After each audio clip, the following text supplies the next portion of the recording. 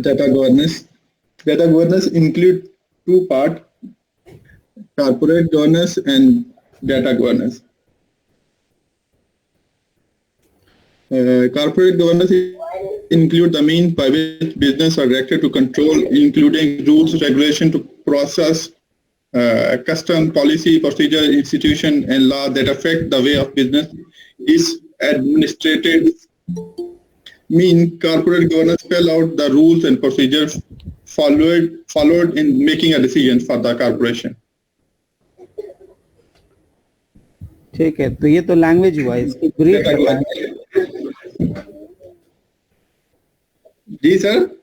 हाँ, इसको थोड़ा अपने लैंग्वेज में, लोकल लैंग्वेज में बताएं। कॉर्पोरेट गवर्नेंस यही होता है, वो रूल्स एंड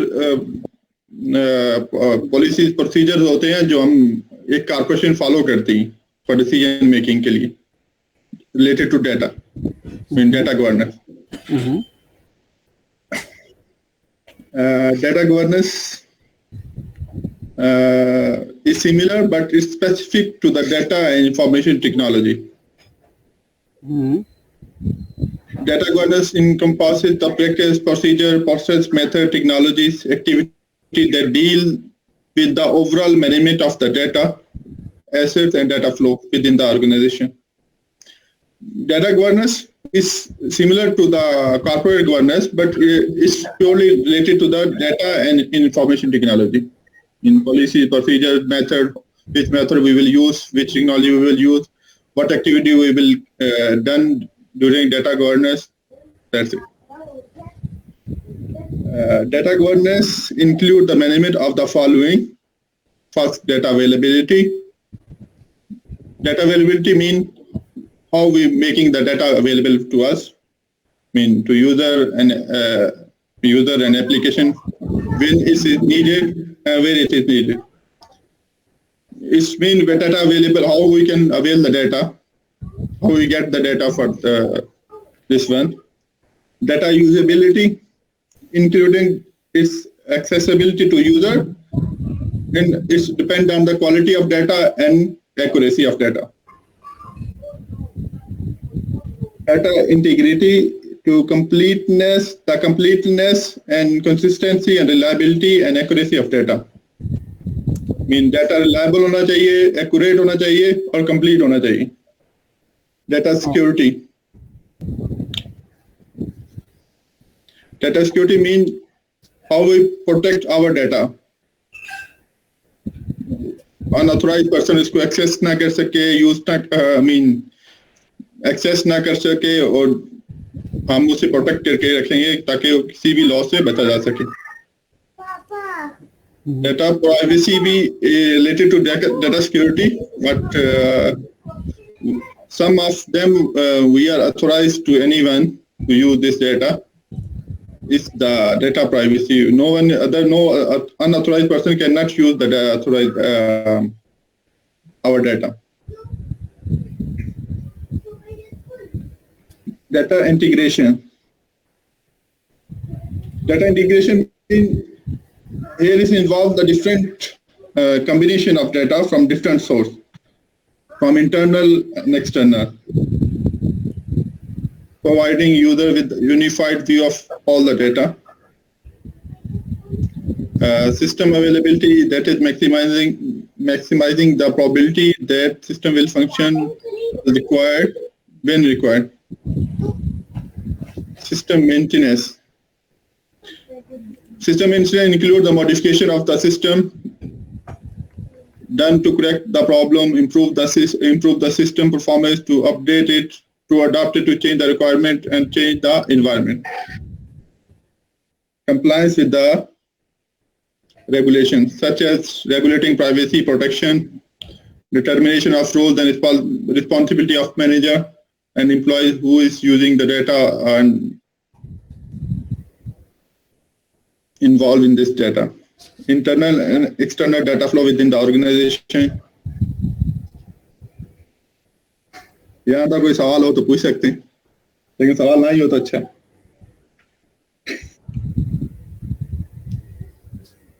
हाँ भाई, प्रणब भाई, तौहीद भाई, किसी आदमी के कोई सवाल है? समझ आया होगा सर, पूछेंगे ना। हाँ,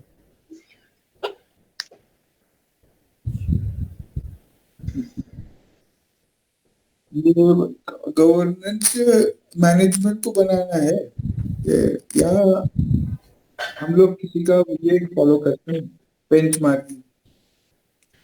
governance is the responsibility of the management.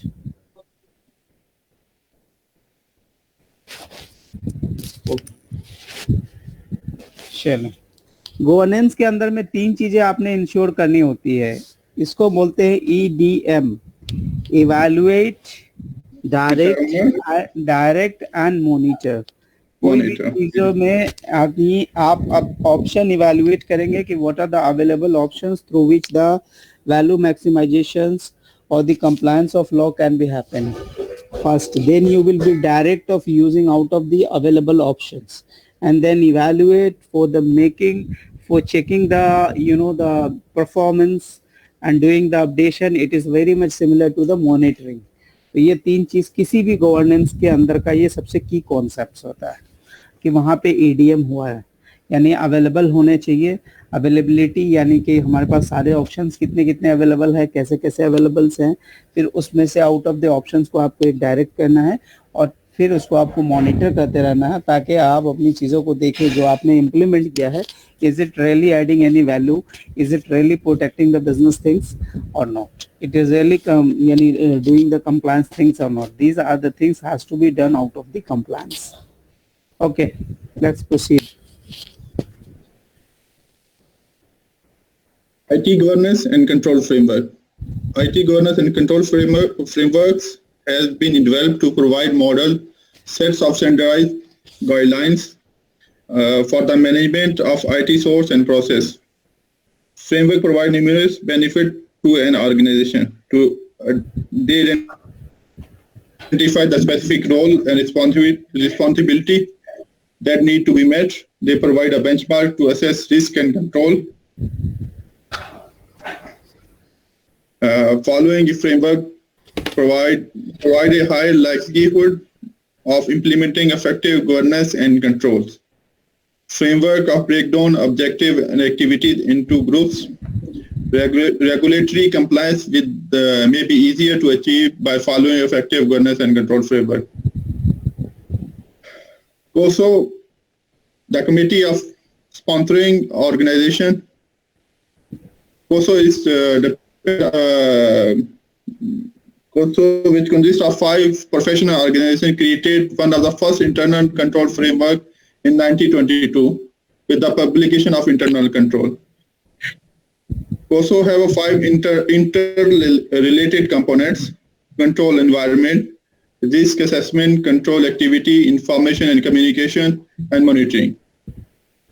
Control environment means what standard they will use, what process they will use, and what the structure that will provide the foundation for carrying out the internal control.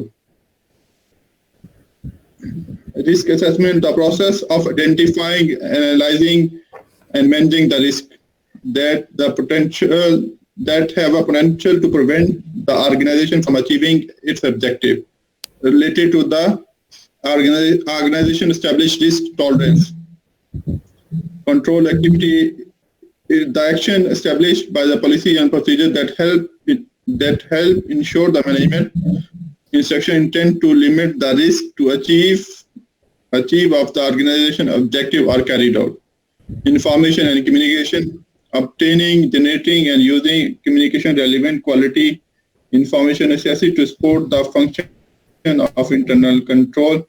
Communication needed both internal and external. Monitoring, overseeing the entire internal control system to assess the operation of existing internal control to ensure that the internal control system continue to operate effectively. Okay, 1 minute. Also have 5.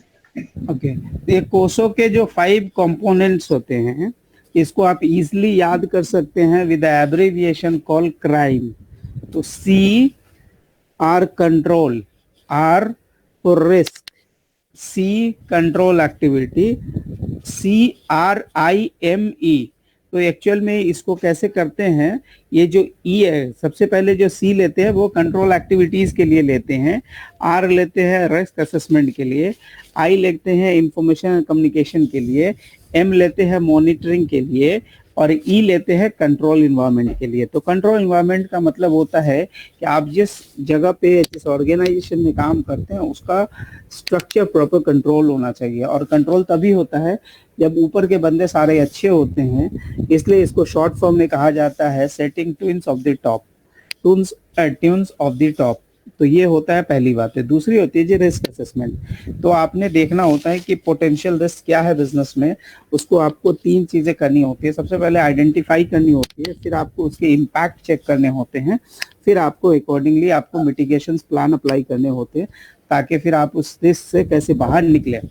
ठीक है, उसके बाद बात आती है जी control activities. तो इसमें अब सेट ऑफ एक्शंस होते हैं, कुछ पॉलिसीज प्रोसीजर्स लगाते हैं, जहाँ पे क्या करते हैं कि आप चीजों को एक का काम दूसरे से करवा के आप कंट्रोल एक्टिविटीज करवा लेते हैं। This is one kind of preventive controls, या फिर डायरेक्टिव या डिडक्टिव कंट्रोल्स उसके एग्जांपल्स होते हैं। इंफॉर्मेशन कम्युनिकेशंस में वही है कि आपके कम्युनिकेशंस बहुत इफिशिएंट होने चाहिए, क्वालिटी वाली होनी चाहिए, काम के लिए होने चाहिए, डायरेक्ट होने चाहिए, वो सारी उसके एट्रीब्यूट्स है। साथ में कम्युनिकेशन का मतलब ये प्रॉपर जिसको जो इसके लिए टारगेट ऑडियंस है वहीं तक जाने चाहिए, गलत हाथ में नहीं जानी चाहिए। लास्ट में मॉनिटरिंग, जो आपने ओवरऑल सिस्टम बना रखी है, जो आपने इंटरनल कंट्रोल इम्प्लीमेंट किया बिजनेस में, वो प्रॉपर्ली राइट वे में परफॉर्म कर रहा है कि नहीं कर रहा, वो अपने ऑब्जेक्टिव को अचीव कर रहा है कि नहीं, जिस पर्पस के लिए लगाया गया था वो पर्पस को वो फुलफिल कर रहा है कि नहीं, वो आपको चेक करते रहना पड़ेगा। और अगर आपने कुछ उसमें फ्लॉज देखे हैं, then you have to apply certain control. तो फिर आप अपने कुछ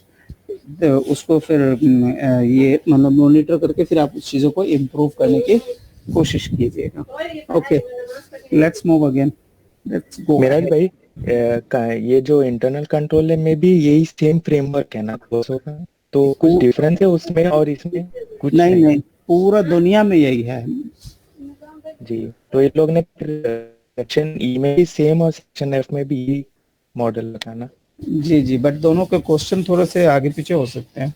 वहाँ पे डायरेक्ट क्वेश्चन आते हैं, यहाँ पे हो सकता है कि डायरेक्ट क्वेश्चन नहीं हो जी। पर इस बार सारे क्वेश्चंस अपने चेक करेंगे तो कोई मसला नहीं है। इस टाइप के क्वेश्चन कोर्सेज से पूछ रहे। चले जी, कोविड के बारे में आइए। COVID by Information System Audit and Control Association. COVID framework was first introduced for information system in 1996 by ISACA. COVID is a yes, sir. नहीं, ठीक, okay. COVID is an information technology framework for the governance and management of enterprise information and technology. Enterprise information technology refers to all the technology and information processing used by the whole enterprise to achieve its goal, no matter where the technology and information processing occur in the enterprise.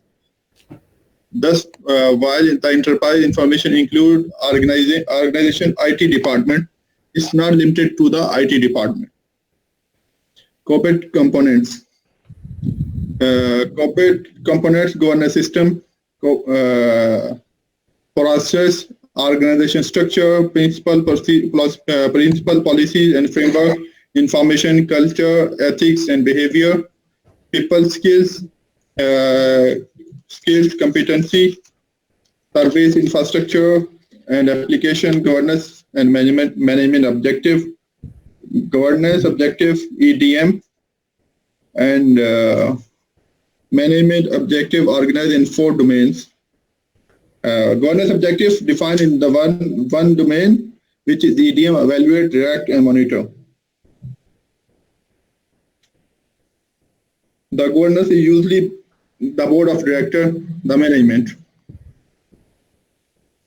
Management objective organization in 4 domains: APO, align, plan, and organize, buy, build, acquire, and implement. DSS, delivery, service, and support. MEA, monitor, evaluate, and access.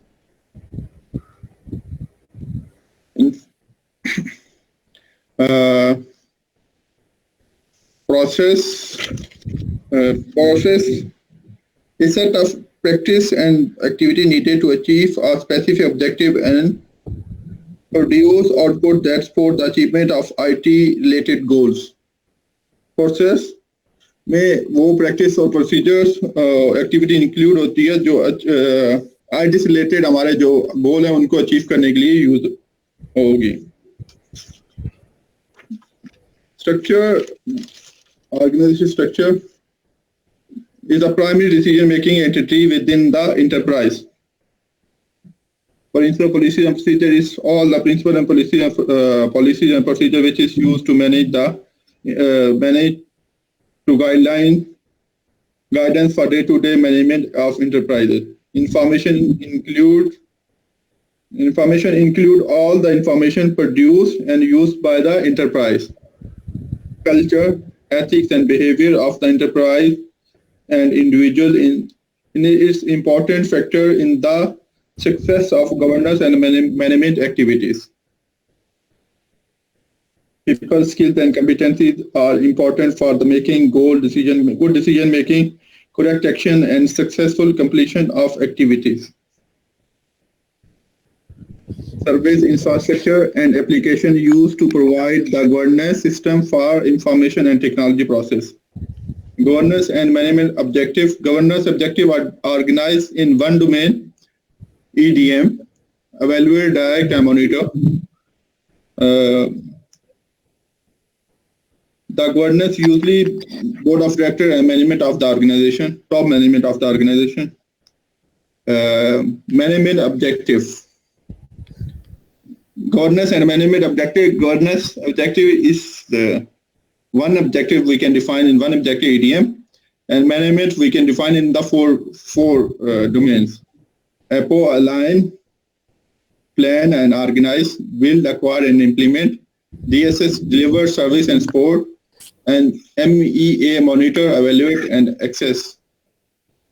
एक minute देखिए, सबसे पहले मैं आपको बता दूं, एक minute ऊपर जाइए ना, लास्ट स्लाइड में जाइए. हाँ, देखिए ये सबसे पहला, इसको आप जो प्रोसेस से लेके गवर्नेंस तक है इसको आप हाईलाइट करके इसको आप लिखिए कि दिस इज द 7 इनेबलर्स. आपका क्या होगा, question will come like that कि आपसे इनेबलर जब पूछेगा then you have to write like this. ठीक है, तो इसको सबसे पहले आप लिखिए 7 इनेबलर्स, क्योंकि आपने कंपोनेंट वर्ड लिख के, ठीक है, लेकिन ये 7 इनेबलर्स है जो प्रोसेस से लेके गवर्नेंस तक आते हैं. तो अगर इसको आपको अगर एब्रीविएशन चाहिए तो उसके लिए एब्रीविएशन है IPS, Indian police service is cops, COPS. ठीक है, मैं उसको आपको एक्सप्लेन कर दे रहा हूँ सब, ताकि आपके लिए याद करना आसान हो जाए. तो IPS इज COPS, कॉप्स, यानी Indian police service is a cop. ठीक है जी. तो सबसे पहले बात आता है जी इंफॉर्मेशन.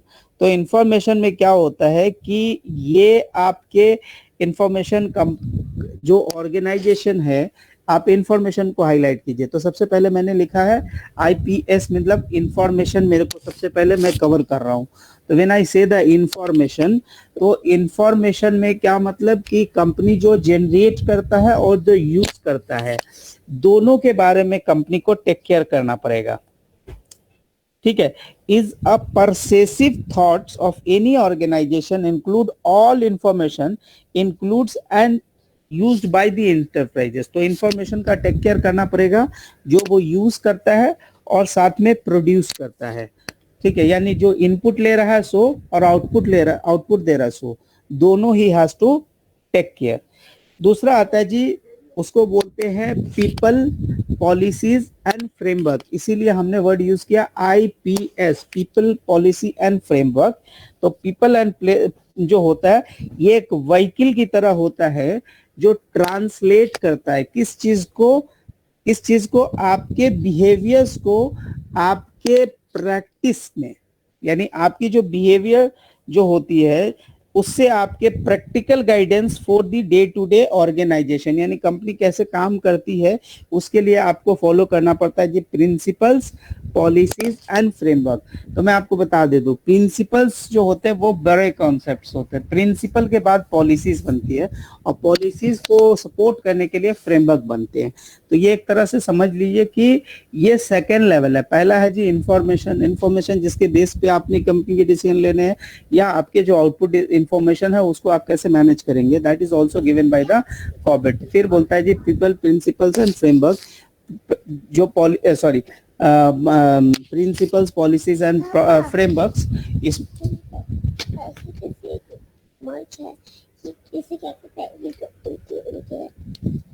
इक्वल टू ठीक है। तो ये दो चीजें हो गई। तीसरी चीजें आ गई जी पीपल के, उसके बाद जो तीसरा हमने पॉइंट लिया है वो हमने लिया है एस, ठीक है। अब वो एस में मैंने क्या लिया है, पीपल की स्किल एंड कॉम्पिटेंसीज, यानी ये तीसरा है, ठीक है। तो IPS, एस जो है मैंने सेकंड स्किल लिया है जो कि कहता है पीपल स्किल एंड कंपोनेंट्स। इसमें जो हम बातें करते हैं ये काम होती है link to the peoples and are required to successful completion of the job, यानी जो कंपनी के अंदर जितने सारे काम्स होते हैं अगर उसको प्रॉपर काम कंप्लीट करने के लिए तो ये पीपल भी चाहिए, स्किल्स भी चाहिए और कॉम्पिटेंस भी चाहिए, ठीक है। यानी एक तो इंफॉर्मेशन चाहिए था, दूसरा आपके पास प्रिंसिपल पॉलिसीज चाहिए थे, तीसरे पीपल वाली स्किल चाहिए और कॉम्पिटेंस चाहिए। तो यहाँ पे हमारी बातें खत्म हो गई IPS। फिर अब बात आता है जी IS, ठीक है। अब बात आता है यहाँ पे IPS इज, अच्छा इज ऐसा ही है। उसके बाद आता है जी कॉप्स, तो C से आता है जी कल्चर। अब इसमें कल्चर कहाँ पे है, कल्चर है एथिक्स एंड बिहेवियर्स है। तो बोला जाता है कि culture, ethics and behaviour of enterprises as well as the individuals are often understanding as a success factor for the companies, for the enterprises, for the governance. तो अगर ये सारी चीजें इंश्योर होंगे then only the things will go in the right way. अब बात आएगा जी ओ मतलब जी ऑर्गेनाइजेशन स्ट्रक्चर, जहां पे सारे डिसीजन मेकिंग जो ऑर्गेनाइजेशन की स्ट्रक्चर्स होती है जो डिसीजन मेकिंग्स में इन्वॉल्व होती हैं। तो आ गया जी COP। अब जो लास्ट वाली PI है उसका नाम है प्रोसेस। वो प्रोसेस का मतलब क्या होता है, एक organise set of the practices and activities to achieve the certain objective, यानी आपने पहले से एक चीजें बना ली और आपको पता है कि 2 + 2 = 4 होता है, that is a part of process. फिर आता है लास्ट में जी सर्विस इंफ्रास्ट्रक्चर एंड, ठीक है, लास्ट में आता है जी service information and application, service infrastructure and application, जिसके अंदर कंपनी के क्या आते हैं, infrastructure, technologies and applications that provides the enterprises with IT processing and services. तो ये जो हमने अभी तक जो चीजें करी हैं इसको हम बोलते हैं 7 इनेबलर्स। तो देखिए ऊपर से काउंट करें तो 1 2 3 4 5 6 7। अब बात आ रही है गवर्नेंस एंड मैनेजमेंट ऑब्जेक्टिव्स है। तो वो एक नई पॉइंट्स है जी, गवर्नेंस एंड मैनेजमेंट टेक्निक्स जो है वो एक डिफरेंट पॉइंट्स है, ठीक है। अब बात आती है जी हाँ बोलिए। हाँ हाँ, नहीं नहीं, बकायदा फुल फॉर्म भाई। नहीं नहीं, हाँ उसका है, कॉबिट का है जी कंट्रोल ऑब्जेक्टिव्स, एग्जैक्ट टर्म है कंट्रोल ऑब्जेक्टिव फॉर, लिख लीजिए भाई, वहां पे लिख ले ताहिर भाई। तो वहां पे जो मत लिखना है control objective for information and related technology. COBIT का मतलब क्या है, ऑब्जेक्टिव फॉर इंफॉर्मेशन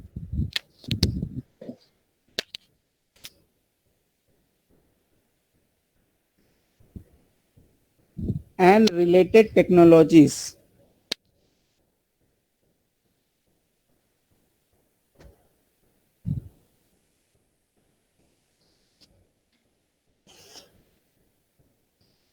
ठीक है।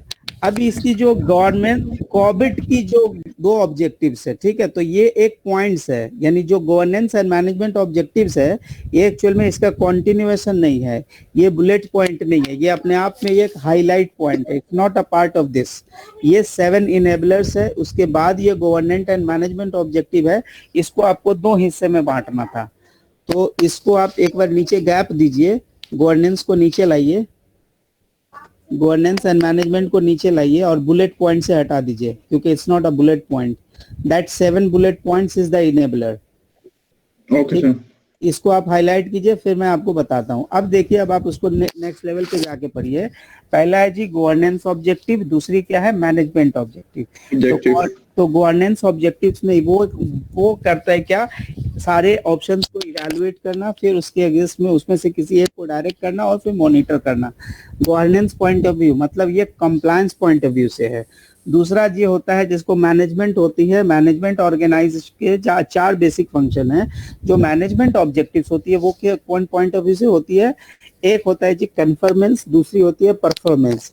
तो जो गवर्नेंस होती है वो उसको हम बोलते हैं कन्फर्नेंस, ठीक है, उसको हम बोलते हैं कॉन्फर्नेंस, यानी सॉरी कॉन्फर्मेंस, यानी आपने लॉ को प्रॉपर कंफर्म किया है, सारी चीजें कंप्लाई करिए, ठीक है, तो वो लॉ वाला पार्ट में आता है, that is called the governance objective. जो मैनेजमेंट होती है वो होती है जी पहला कन्फर्मेंस ऑब्जेक्टिव, दूसरी होती है जी मैनेजमेंट। मैनेजमेंट में क्या होता है, परफॉर्मेंस के बारे में बात होती है। अब उसको इन्होंने बोला कि 4 डोमेन में हम इसको देखेंगे या समझेंगे। 4 डोमेन क्या है, पहला डोमेन है जिसमें हम बातें करेंगे कि कोई भी ऑब्जेक्टिव्स, कोई भी मैनेजमेंट ऑब्जेक्टिव्स होगा तो वो आपने सुना होगा, जो मैनेजमेंट के जो प्रॉपर वर्ड्स अब होते हैं वो क्या होते हैं, मैनेजमेंट में वो पॉस्कैब होते हैं जी, प्लानिंग, ऑर्गेनाइजिंग एंड ऑब्जेक्टिव, ऐसे करके उसके कहीं ना आपने किसी ना किसी लेवल पे पढ़ा होगा। तो यहाँ पे इन्होंने उसको 4 डोमेन में बांट दिया। पहला डोमेन को इन्होंने बोला कि जी आइए मैं अलाइनमेंट, परचेज और प्लान और ऑर्गेनाइजेशन की बात करूंगा, यानी APO, यानी जो मेरी डोमेन ऑफ वर्क होगी वो सिर्फ किससे रिलेटेड होगी, कैसे अलाइन करूंगा, कैसे चीजों के बारे में प्लान करूंगा, कैसे चीजों को मैं ऑर्गेनाइज करूंगा। तो दूसरी जो डोमेन होगी जिसमें हम बात करेंगे किसके बारे में, किसी चीज को बनाना है, एक्वायर करना और उसकी इम्प्लीमेंटेशन के बारे में बात होगी। तीसरा जो डोमेन ऑफ वर्क होगा उसको हम बोलेंगे जी DSS, यानी डिलीवर के बारे में, सर्विस के बारे में एंड सपोर्ट्स के बारे में। लास्ट में होता है जी monitor, evaluate and access. Monitor and evaluate का मतलब क्या होता है, जो चीजें करी है वो सही जा रही है कि नहीं, उसके इवैल्यूएशंस मतलब कॉस्ट बेनिफिट इवैल्यूएशंस प्रॉपर जा रहे हैं कि नहीं। और एक्सेस, ये एसेस, ACCES, एसेस का मतलब होता है रिजल्ट को चेक करते रहना। सॉरी, ये एक्सेस है, is not an assess, access है। तो एक्सेस में be related to the giving the rights to the right people,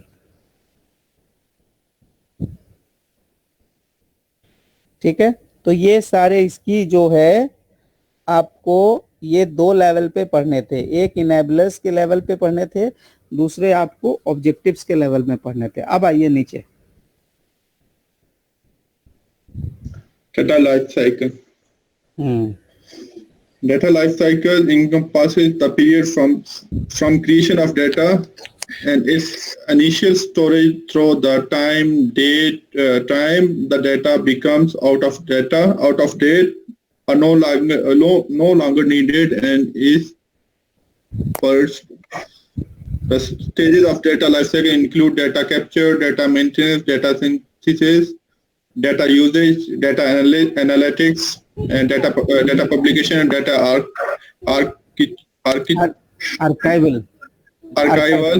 archival and data purging. The stages do not describe sequential of data flow, because data may pass through various stages several times during its life cycle. Data capture is the process of creating new data values that have not existed before within the organization. Data can be captured through external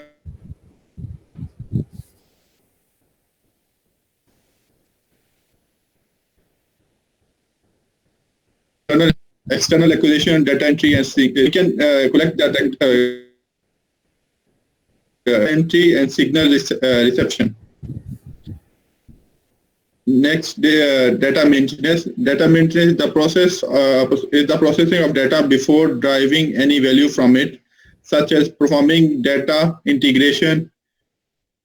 A governance issue is determine how the best to supply the data to the stages at data synthesis and data usage occur. Data synthesis is the creation of new data values using the data as the input to synthesize something, means to combine different things to make us something new. Data synthesized before combining the data from different sources to create a new data. Governance issues include concern about the data ownership and the need of citation, the quality and adequacy of the input data used, the validity of data, synthesized data, data usage, which is the application of the data to task, whether used to support of the organization or used by other as a part of product or service the organization offers.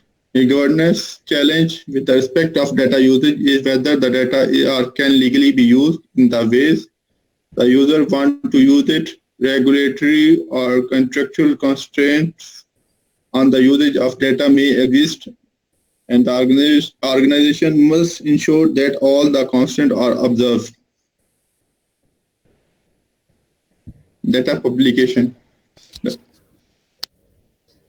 The data publication occurs when the data is sent outside of the organization leave its other way. Periodic account statements sent to the customer are an example of data publication, but data breach lists also constitute data publication. The governance issue is that data has been released, it cannot be recalled because it is beyond the reach of organization. If published data is incorrect, if data breach has occurred, data governance is needed to decide how to deal with it. Data archival is removal of data from active environment and storage in case it is needed again. No maintenance, usage, and publication occur while the data is archived, but if it's needed, it can be restored to an environment where it will be again maintained and used and published. Data purging occur when the end of data lifecycle. Data purging is the removal of every copy of data item from all the location within the organization. Purging should generally be done only the data that has been previously archived.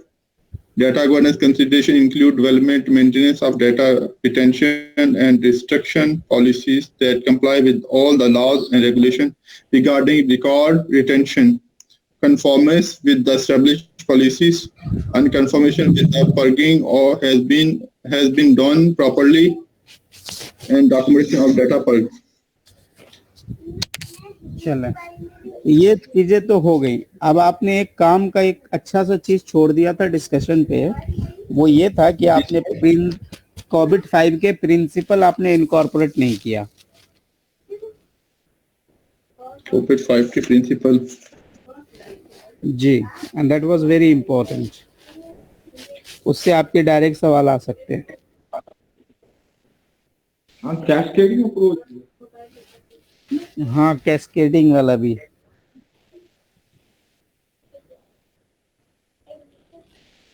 दो चीजें incorporate नहीं हुई।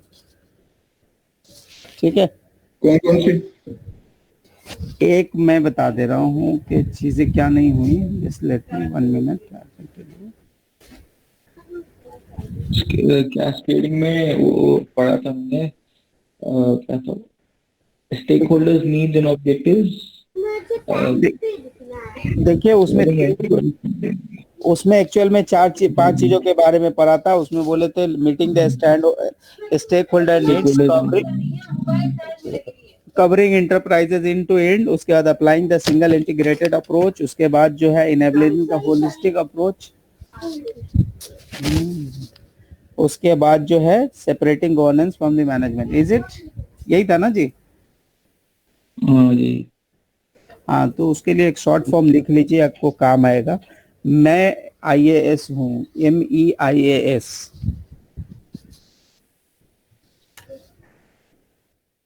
ठीक है, तो देखिए इस पे जो यही था ना, ये जो आप व्हाट आर द कंपोनेंट जो है इसके अंदर आपने 7 इनेबलर्स को जो है याद रखना था। उसके बाद जी कोविड, ये जो ये थे इसके 5 एक्चुअल में गोल हैं। ठीक है जी, तो पांचों गोल में क्या लिखना है? सबसे पहले मीटिंग जो है, पहला है मीटिंग शेयर होल्डर्स की नीड्स को, तो उसके बाद जो है कवरिंग इंटरप्राइजेस जो है, उसके बाद जो तीसरा है applying a single integrated approach है, और चौथा जो है वो क्या है? Enabling the historical holistic approach है, और पांचवा है separating governance from the management. ठीक है, meeting M stand for meeting share holders needs, E stand for covering enterprises into हिन, I applying the single integrated approach, तो इंटीग्रेटेड इज द कीवर्ड। उसके बाद चौथा enabling the historic holistic view, उसके लिए A word है, approach है, enabling holistic approach.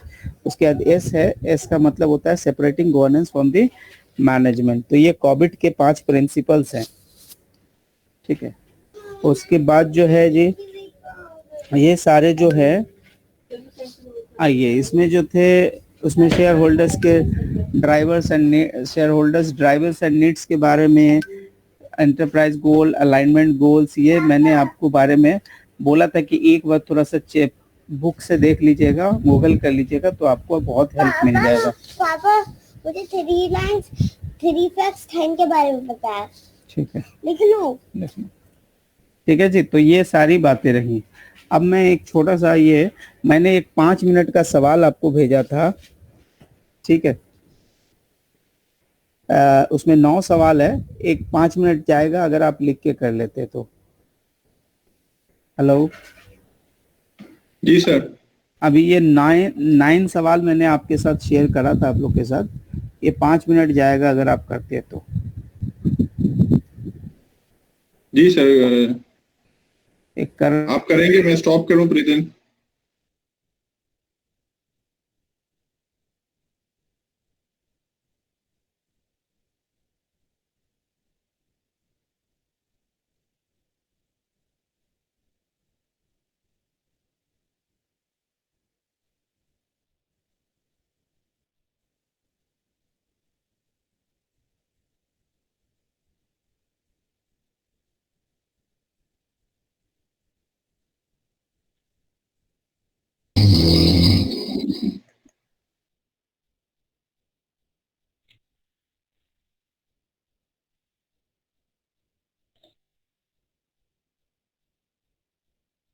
आप लोग का पार्ट हो गया क्या सर्वर, या सारा का भी पार्ट है? सारा का पार्ट भी है, मेरा लेकिन पास शायद कल हो या परसों शायद।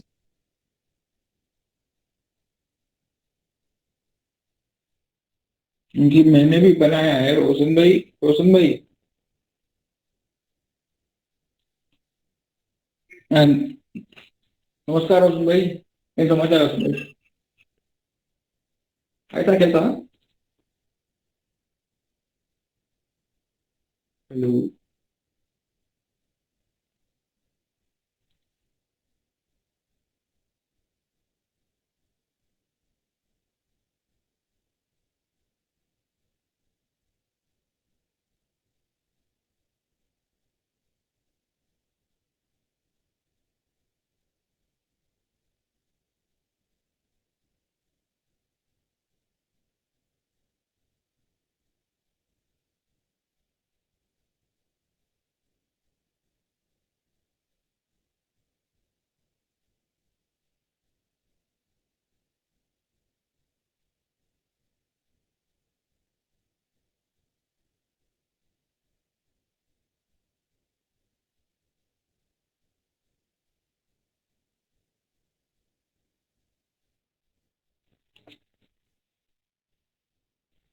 रोशन भाई आपने कहाँ तक प्रिपेयर किया है?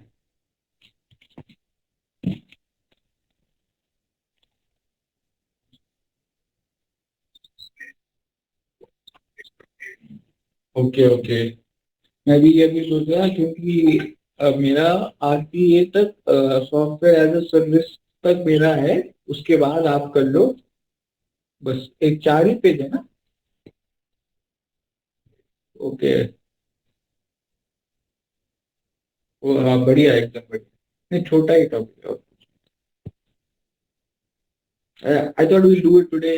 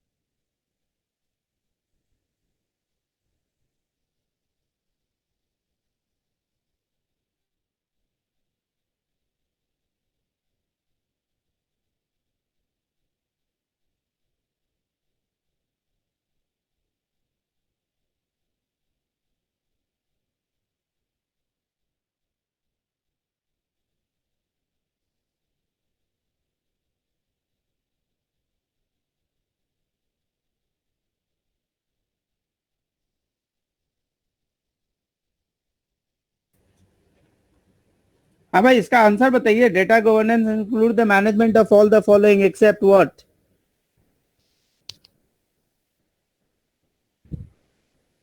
कंफर्म? मैं बोले भाई हमको भी नहीं पता, आप लोग ही बताएंगे तो पता चलेगा।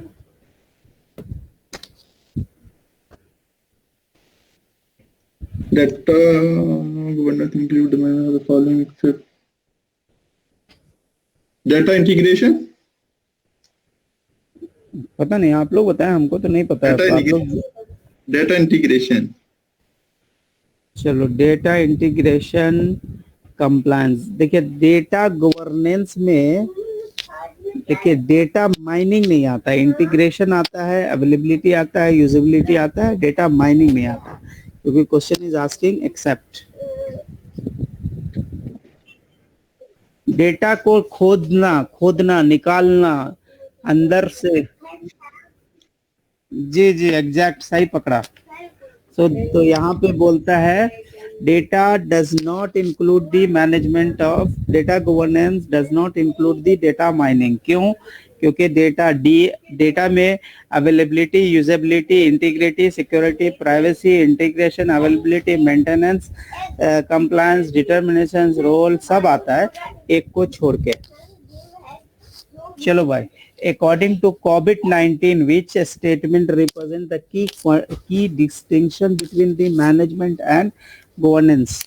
तो अगर आपको याद होगा, मैनेजमेंट एंड गवर्नेंस को सेपरेट करने की बात कही है हमने, ठीक है जी। MIS में है, ठीक है। MIS के अंदर में, यानी जिसके जो 5 प्रिंसिपल थे, जिसमें एक प्रिंसिपल वही था जिसको आपने कैस्केडिंग ऑब्जेक्टिव्स गोल भी कहा था। उसमें एक लाइन लिखा हुआ था, separating management from the governance. इसका क्या मतलब होता है? पहला स्टेटमेंट तो गलत है। रीजन ये है कि the responsibility of governance is prioritisation and decision making to set direction, whereas the responsibility of management is performance and compliance. Prioritisation and decision making जो होगा वो गवर्नेंस का रिस्पॉन्सिबिलिटी नहीं होगा। फिर बोल रहा है governance is the responsibility of the board of director under the leadership of the chair of the board of director, whereas the management Board of directors and the management under the leadership of audit committee, whereas the management is the responsibility of executive management under the leadership of chairs and board. Management A or C not possible now. C तो हमको सही लग रहा है।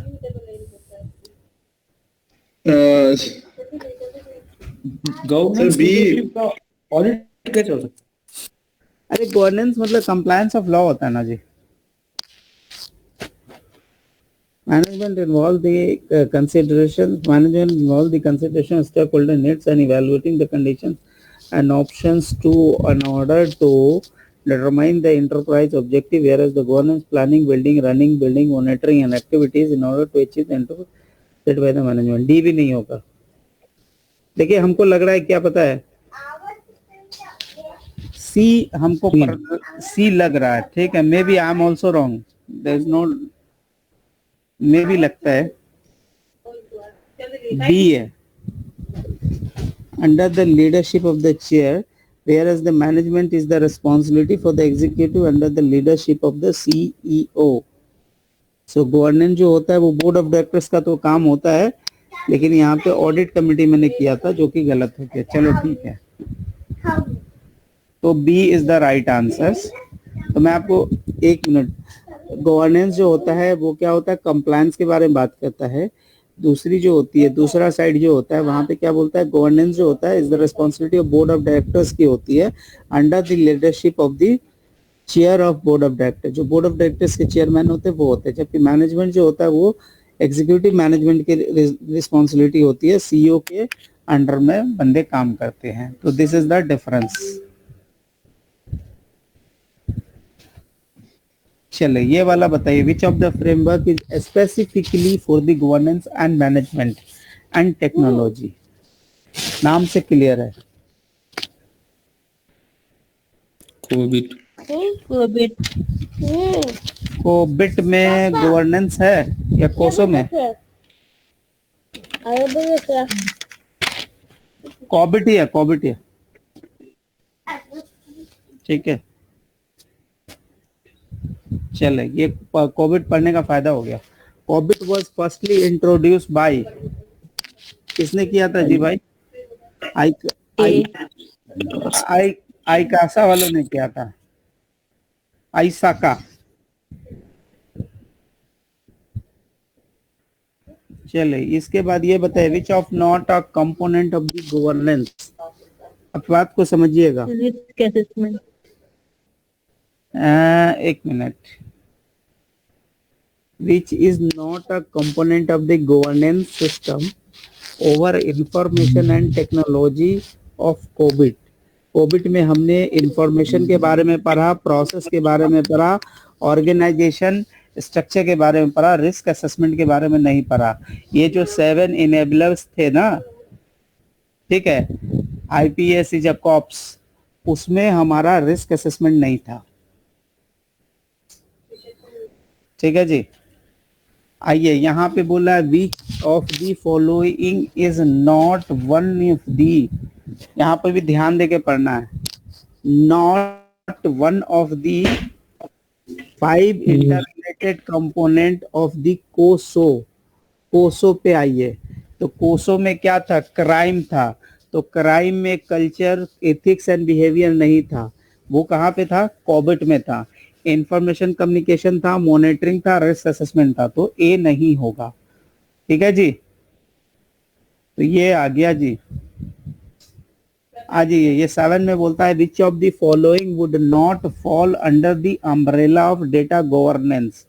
अब आपको बताना है इसमें से कौन सा डेटा गवर्नेंस के अंदर में नहीं है. तो बोल रहा है, maximising the availability of data and data system, compliance with regulation regarding the data and privacy, ये जरूरी है. डेटा इंटीग्रेशन भी जरूरी है. Interviewing and hiring practice for the, अच्छा, maximising the availability of data and data system भी जरूरी है, लेकिन interviewing and hiring the process of IT staff and that overseas the data, ये थोड़ा सा हमको लग रहा है कि लाइन से हट के है. What you are thinking? D. Sir D ही है. और मेरे को डी लग रहा है, मेरे को डी लग रहा है लाइन से हट के है. डी आई वुड से वो आ रहा है ना मेरा. It falls under the umbrella. Does not लिखा हो. वो चलो। या इट डज जो, कोई बात नहीं, लगाओ मेरा भाई. लगाते हैं ना. बिस्मिल्लाह. गलत होगा, इससे ज्यादा क्या होगा? सही है। सही है, सही है। चलो ये वाला तो आपको पढ़ा हुआ होगा। Which of the following is the best practice COBITS?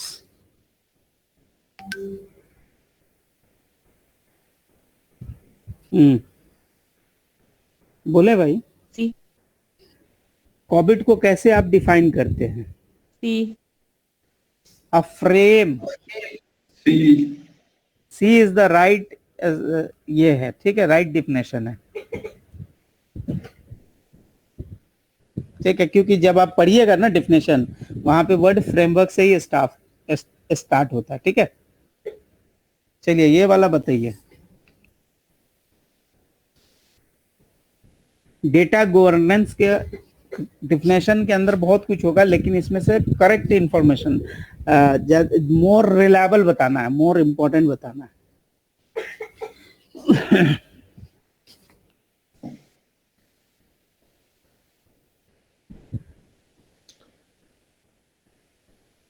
A, sir. It's the same as the corporate governance. सी लग रहा है भाई, इस क्वालिटी कंट्रोल। सी। देखिए ए और सी दोनों लग रहा हमको, क्योंकि जिस वक्त, बट मैं ए पे लगाऊंगा, मैं ए पे लगाऊंगा। सी था, देखिए सी वाले लोग सही थे भाई, ए वाले गलत थे, ठीक है। एनी हाउ हम लोगों ने तकरीबन 3 सवाल गलत किए होंगे, रेस्ट सही था हम लोग का सवाल, ठीक है। 2 सवाल हमने गलत किया, जिसमें एक तो हम अपनी तरफ से गलत किया है, बाकी आप लोग ने सब सही किया आप लोगों ने, ठीक है। अब छोटी सी रिक्वायरमेंट ये रही कि आगे का प्रेजेंटेशन अभी कौन कर रहा है? अभी हम लोग के पास 20 मिनट टाइम है।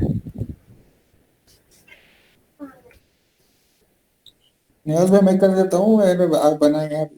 और नहीं तो 15 क्वेश्चन हमने दिन में दिया था, अभी क्या उस 15 क्वेश्चन को ये कराना है क्या? अच्छा वही कर लेते हैं 15 क्वेश्चन। क्या बोल रहे? I would vote for the question.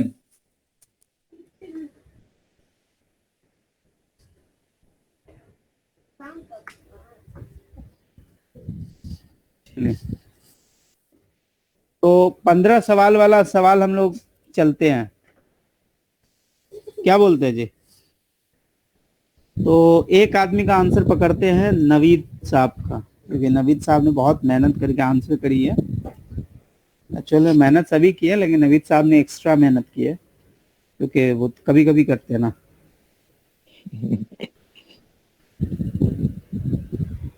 ठीक है, तो आई थिंक नवीद भाई के जो आंसर्स थे वो इस तरह थे।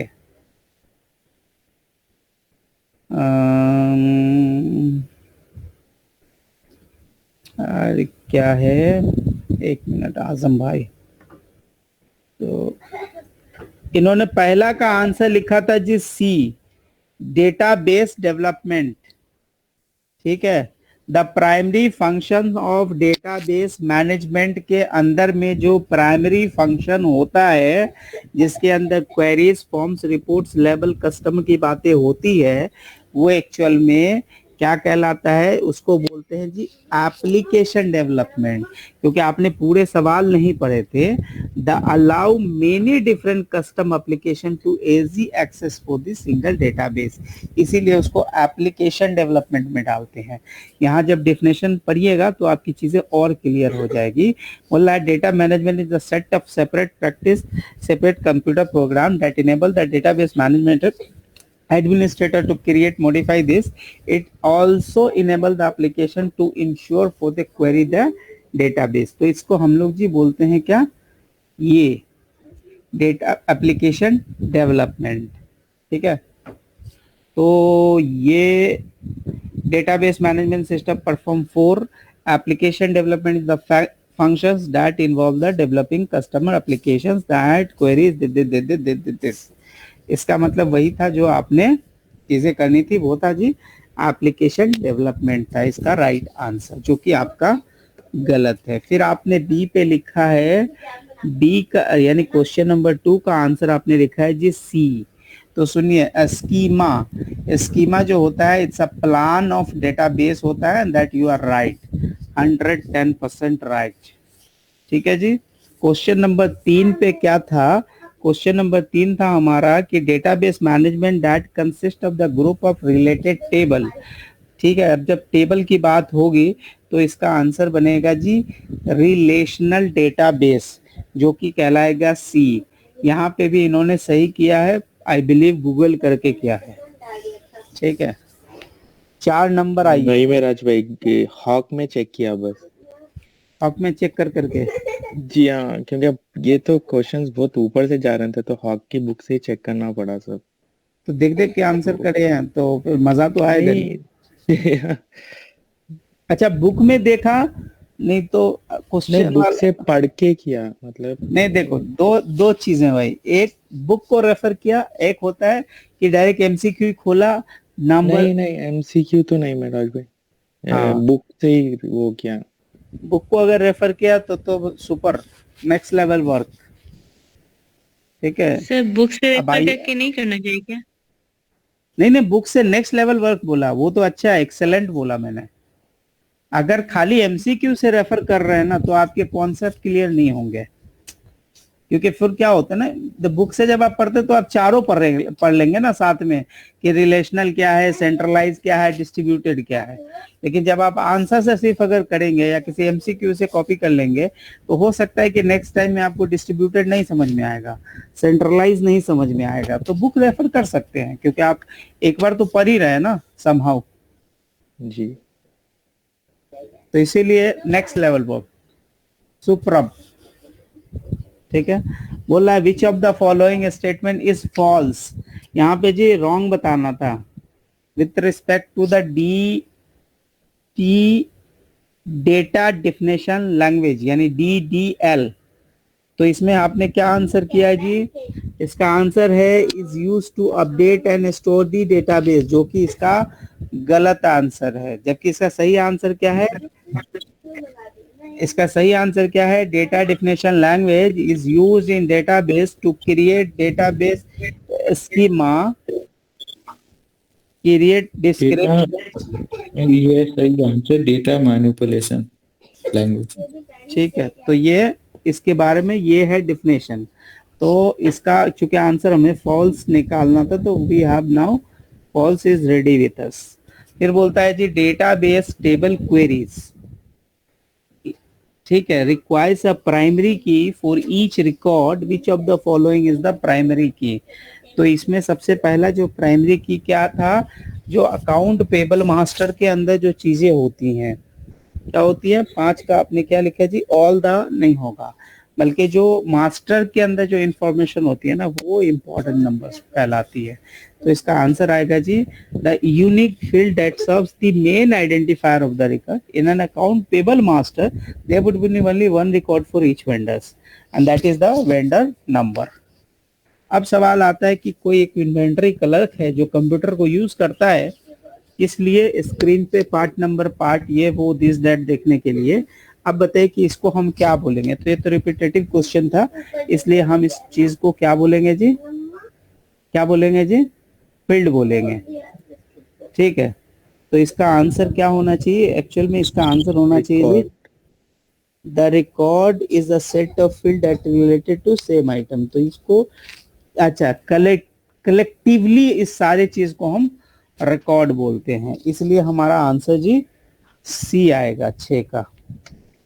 चले अब 7 का ये बोलता है a record is a group of field, नहीं 7 में बोलता है to properly control access to accounting database the database administrator, जो इंश्योर क्या करेगा?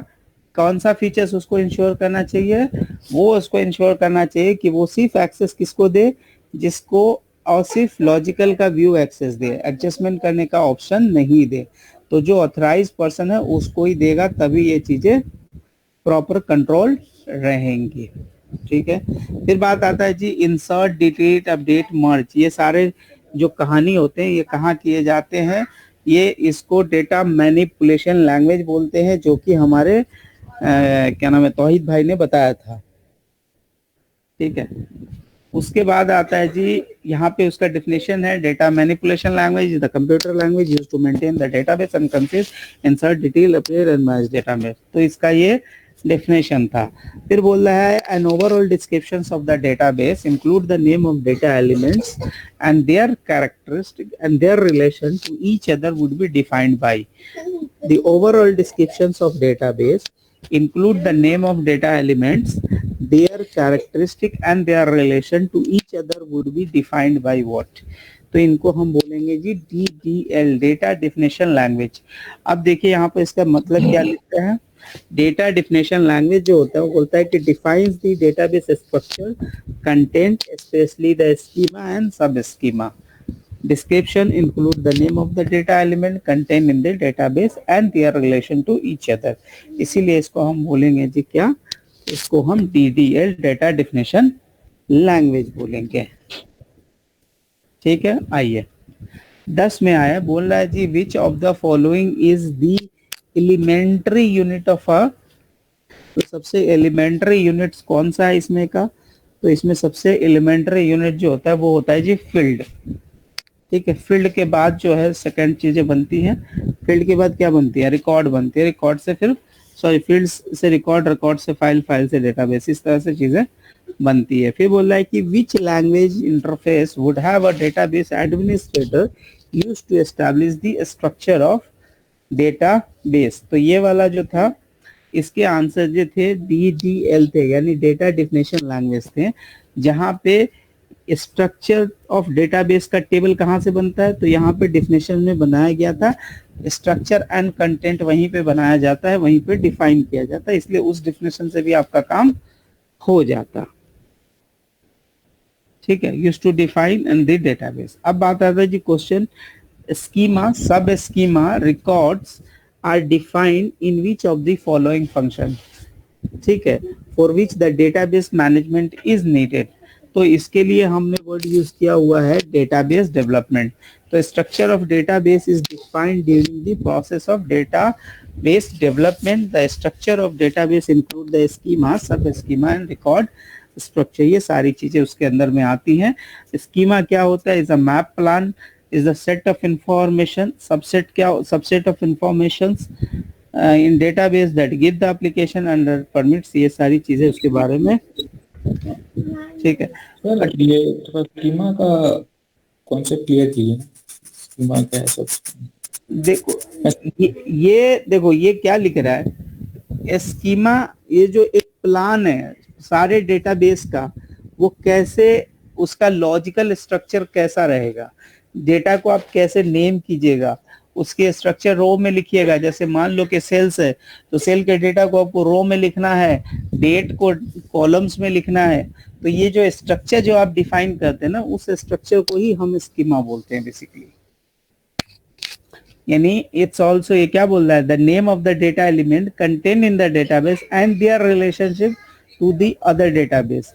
उसका अपना डेट और डेट से सेल्स का जो रिलेशन है, जो इस ये जो स्ट्रक्चर बना हुआ है ना, इसी को हम स्कीमा बोलते हैं।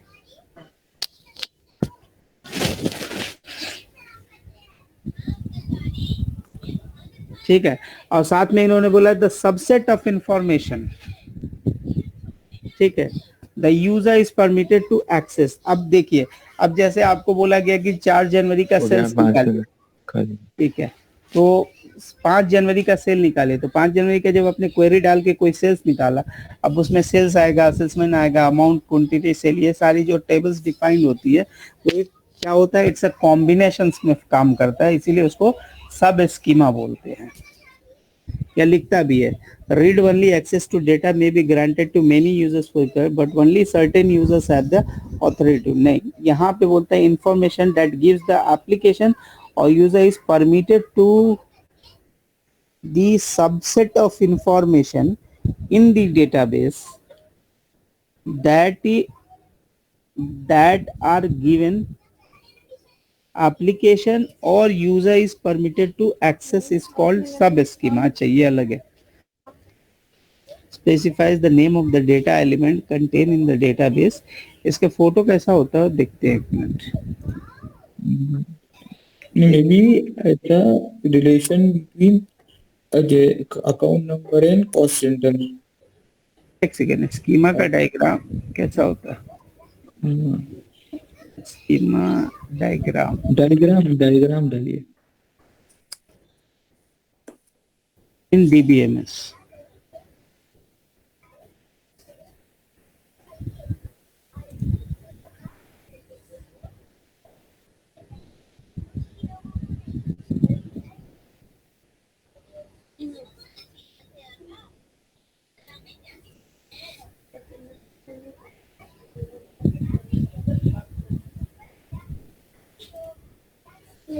ये देखो ना,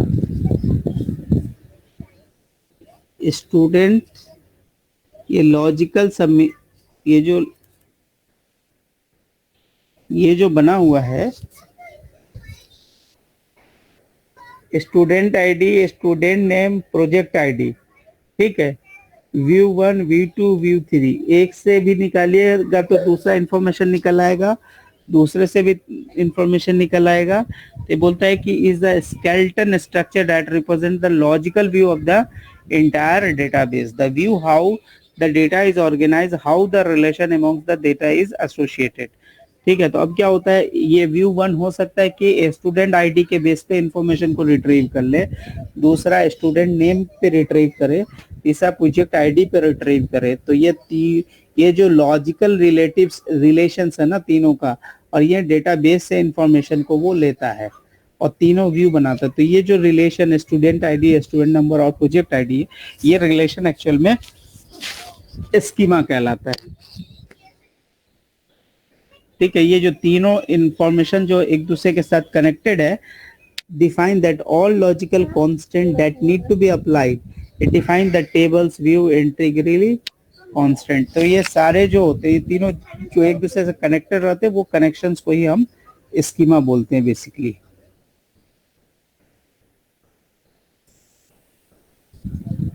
और बाकी यहाँ से ई बुक डाउनलोड करके जो है पढ़ लीजिएगा मजीद.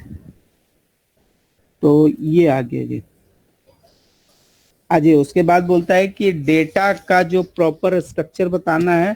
तो ये आंसर भी रिपीटेटिव है, ये आपको सबको पता होता है. Field record, file and database जो भी है, ये प्रॉपर इसका जो है कॉम्बिनेशन है. ये रिपीटेटिव क्वेश्चन है, इसमें कुछ मसले नहीं है. चौथा था data definition, data manipulation language के बारे में आपको पता है. तो इसमें से बताना है एक एक्सेप्शन क्या है. They maintain, insert, delete, update उसके डिफिनेशन में ही है. Use by the TPS to update the data, ये भी सही है. लेकिन यहाँ पे लिखा हुआ है user need to know the language. User को लैंग्वेज जानने की जरूरत नहीं है, प्रोग्रामर को जानने की जरूरत है. इसीलिए एक्सेप्शंस में यूजर को जानने की जरूरत नहीं है, जो प्रोग्रामर है वो जानेगा. बोला database management can be base defined. तो बोला गया है कि डेटाबेस का जो मैनेजमेंट है, set of inter related content coordinated data files, बाकी चीजें यहाँ पे है भी. लार्ज डेटाबेस या use for the database, not a transaction processing, ये भी हो सकता है. लेकिन इसमें से हमें बेस्ट डिफिनेशन देना था. तो बेस्ट डिफिनेशन यही है, प्रोग्राम्स है जो क्या करता है, set of inter related and centrally coordinated data को मैनेज करता है.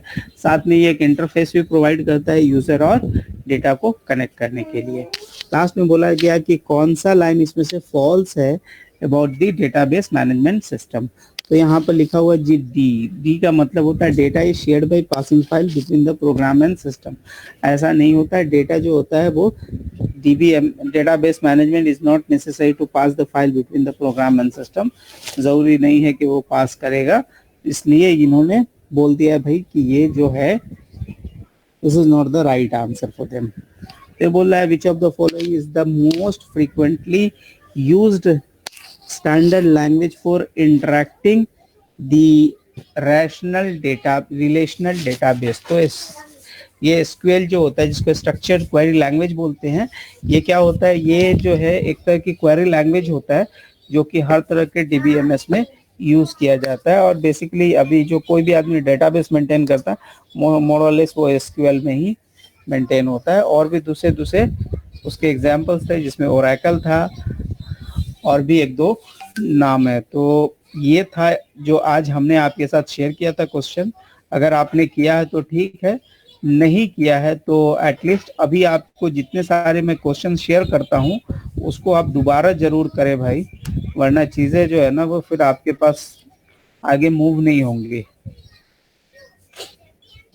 ठीक है, और ये सेक्शन जो है इसको आप हल्के में तो बिल्कुल ना लें, क्योंकि एग्जाम में आपका पास फेल इसके ऊपर डिपेंड करता है। कोई आदमी इसको भूल में लेने की गलती ना करे कृपया। ठीक है, तो नेक्स्ट डे हम आप लोग बताएं क्या करने हैं, फिर हम ये क्या है भाई, इंटरनल इज ड्राइविंग क्या है, cash flow. An internal auditor is deriving cash flow based on the incomplete set of facts. भाई इंटरनल ऑडिटर ये इतना मेहनत नहीं करता है भाई, सारे ऑफिस में वो बैठा होता है। वही मेरा भाई एग्जाम क्लियर करके बैठेंगे ऐसी। अच्छा नहीं, मेरे ऑफिस का जो इंटरनल ऑडिटर वो तो काम भी नहीं करता, वो तो बोलता है कि मेराज भाई वो डेटा कैसे निकलता है सिस्टम से वही बता दो। यही फर्क है ना एग्जाम पढ़ने वाले और मतलब प्रैक्टिकल पढ़ने वाले। हाँ तो देखे भाई ऐसा है, ये सवाल जो है ना, ये सवाल के आंसर सबको पता है, लेकिन आंसर आएगा कैसे ये थोड़ा बताना मुश्किल रहता है। ट्विस्ट है, लेकिन ट्विस्ट नहीं है, मैं आपको लॉजिक से बता दे रहा हूँ, मतलब जैसे करते एग्जाम के पॉइंट ऑफ व्यू से। चलो आपको एक्सेल दिख रही है? हाँ ठीक है। तो सबसे पहले इन्होंने बोला कि आपका नेट क्रेडिट सेल दिया हुआ है। पहले बोल रहा है जी कि 5,000 आपके पास ओपनिंग एआर है। तो देखिए ये है आपका एआर, यहां लिखिए जी ओपनिंग एआर। ठीक है, अब ये ओपनिंग एआर जो है वो है आपका जी 5,000 का। क्लियर? हाँ, इसमें एआर बैलेंस पहले दो अकाउंट बनेंगे। मेरी बात तो सुन लेना पहले, एआर 5,000 का है, debit with credit balance. Debit balance है, एआर का डेबिट बैलेंस होता है। ठीक है, generally if the question is not asking, not saying के क्रेडिट बैलेंस है। दूसरे साइड पे आओ, क्या बोलता है कि आपके पास क्या है, अलाउंस यानी प्रोविजन का जो बैलेंस है वो कितने का है, 500 का है, 500 का। उसके बाद बोल रहा है कि 1,000 का, क्या बोल रहा है जी, 1,000 का जो है एआर रिटर्न ऑफ है। तो एआर रिटर्न ऑफ जो है 1,000 का है, तो 1,000 का रिटर्न ऑफ आपने कर लिया। और रिटर्न ऑफ का एंट्री नहीं होगा। हम रिटर्न ऑफ का एंट्री क्यों नहीं होगा? रिटर्न ऑफ एंट्री कैसे वो debit to credit, debit write off, क्या अब एआर से राइट ऑफ करेंगे। हाँ, तो एआर से क्रेडिट करेंगे तो किसी ना किसी को डेबिट करना पड़ेगा जी। तो किसको प्रोविजन को, हाँ प्रोविजन को करेंगे। हाँ चलो तो कर लेते हैं, हो गया। उसके बाद आ जाओ, उसके बाद बोल रहा है जी आपने 2,000 का बोल रहा है कि आपने प्रोविजन बनाया 2,000 का क्रेडिट लॉस का, तो आपने पीएल बना दिया।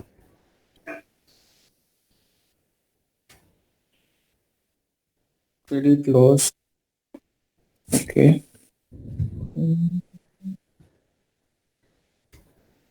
ये हो गया जी प्रोविजन का क्लोजिंग बैलेंस।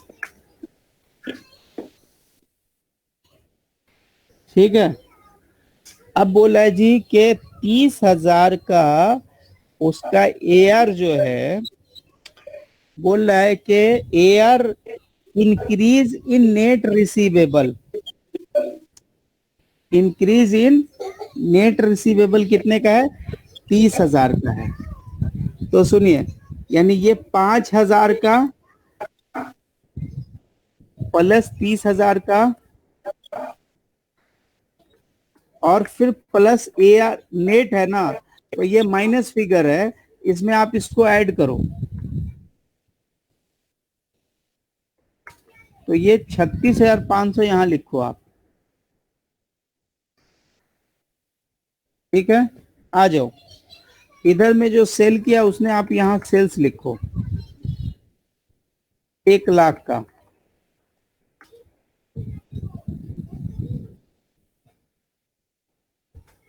तो 1,05,000 हो गया। ठीक है, ये क्लोजिंग है,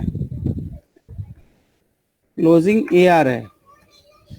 अब इसको एक काम कर लो, इसको ले लो ऐसे, माइनस ब्रैकेट में ये 1,000, ये 67,500 इसमें है क्वेश्चन में आंसर। 67,500 है। अच्छा, मैं आंसर छोड़िए, आपने प्रोविजन को ऐड क्यों किया? हाँ तो अच्छा, इन्होंने फिर इसको छोड़ दिया होगा, लेकिन आपका आंसर जो है, इन्होंने क्या किया, इन्होंने ये बोला कि देखिए साहब ऐसा है कि 2500, हाँ ये 15, मेरी बात तो सुने, मेरी बात तो सुने। यहाँ पे बोला 30,000 से नेट बढ़ गया है, ठीक है, और ये नेट जब भी बनेगा जब इसमें से क्लोजिंग प्रोविजन माइनस होगा। क्लोजिंग प्रोविजन, हाँ, bad debts are now recovered है ना, तो 500 कहाँ लिखा हुआ बैड डेट नाउ रिकवर्ड? क्योंकि नहीं रिकवर नहीं है, एक्सपेंसेस 2000 है, वो क्रेडिट हो जाएगा एक्सपेंसेस। और फिर मैं सिर्फ वहां तक समझा। कहाँ तक आपने समझा बताइए? हम क्रेडिट एक्सपेंसेस 2000 और फिर क्या करना है?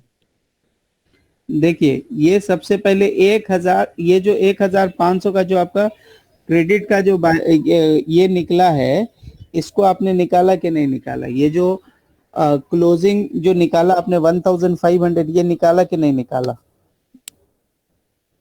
1000 अकाउंट रिसीवेबल बिगिनिंग बैलेंस है ना 1000, नहीं या राइट ऑफ, क्योंकि बिगिनिंग बैलेंस नहीं दिया ना AR अकाउंट का। AR अकाउंट का ओपनिंग बैलेंस दिया है ना मेरा भाई, 5,000 का ओपनिंग बैलेंस दिया है ना भाई। और मैं प्रोविजन बोल रहा हूँ। तो प्रोविजन में आपने 1000 लिया है, वो कॉन्ट्रा एंट्री है क्या, कैसे लिया? देखिए, ये 5,000 का ओपनिंग है आपका। देखिए सवाल किधर है, ये सवाल है, ठीक है। तो देखिए, इन्होंने बोला कि इंटरनल ऑडिटर के पास ये बोल रहा है जी AR का ओपनिंग बैलेंस कितना है, 5,000। चलो ये 5,000 हमने ले लिया ओपनिंग बैलेंस, ठीक है जी। आ जाओ, किस पे आओगे? इस पे बोल रहा है जी के 5,000। दूसरा ये बोल रहा है कि साथ में आपका provision for bad and doubtful है, तो ये भी 500 हमने provision for bad and doubtful ले लिया, क्लियर हो गया। दूसरा बोल रहा है कि आपने करंट ईयर में एक्सपेंस कर दिया 2,000 का, तो 2,000 का जब आपने एक्सपेंस किया तो यहाँ पे PNL से आ गया 2,000, ये भी क्लियर है? हाँ, यहाँ तक क्लियर। हाँ, ये भी क्लियर है। बोल रहा है जी AR आपने राइट ऑफ कर दिया 1,000 का, तो AR आपने अगर राइट ऑफ कर दिया है तो इसका मतलब ये है कि आपने यहाँ पे AR डाल के लिख दिया होगा राइट ऑफ, 1,000 का राइट ऑफ कर दिया, क्लियर। अब ये चूंकि इसको बैलेंसिंग आपने किया तो ये 1,500 रुपया का बैलेंसिंग आ गया। कैसे? क्योंकि ये आपका बैलेंसिंग फिगर है, यहाँ 2 को मिलाइएगा तो 2500 होना चाहिए, 1000 उसमें से राइट ऑफ हो गया, यानी कि 1500 रुपया आपके हाथ में क्या हो गया जी, क्लोजिंग बच गया। 1500 आपके हाथ में कितना बच गया जी, क्लोजिंग बच गया। अब बोल रहा है कि आपका जो नेट जो इंक्रीज है, बोल रहा है इंक्रीज इन नेट रिसीवेबल है, कितना से 30,000 से इंक्रीज हो गया है। तो जो पहले नेट इंक्रीज यानी जो पहले 5,000 का था, ठीक है, अभी पहले एक्चुअल में 5,000 का नहीं था, बल्कि ये पहले नेट में कितने का था, नेट में ये था जी 4,000 माइनस 500, 4,000 माइनस 500 यानी कि ये 3400 आपको नेट में था। सॉरी 4,000 में से 500 मतलब 4500 नेट पे था। अभी सुनिए, अभी जब ये 4500 नेट पे था और 30,000 से नेट बढ़ गया, इसका मतलब ये है कि जो क्लोजिंग है वो क्लोजिंग आपका ये बनना चाहिए, कितना बनना चाहिए, 30,000 से बढ़ गया, 4500 ओपनिंग था, 4500 ओपनिंग था, यानी कि आपका क्लोजिंग बन गया जी कितने का, 34,000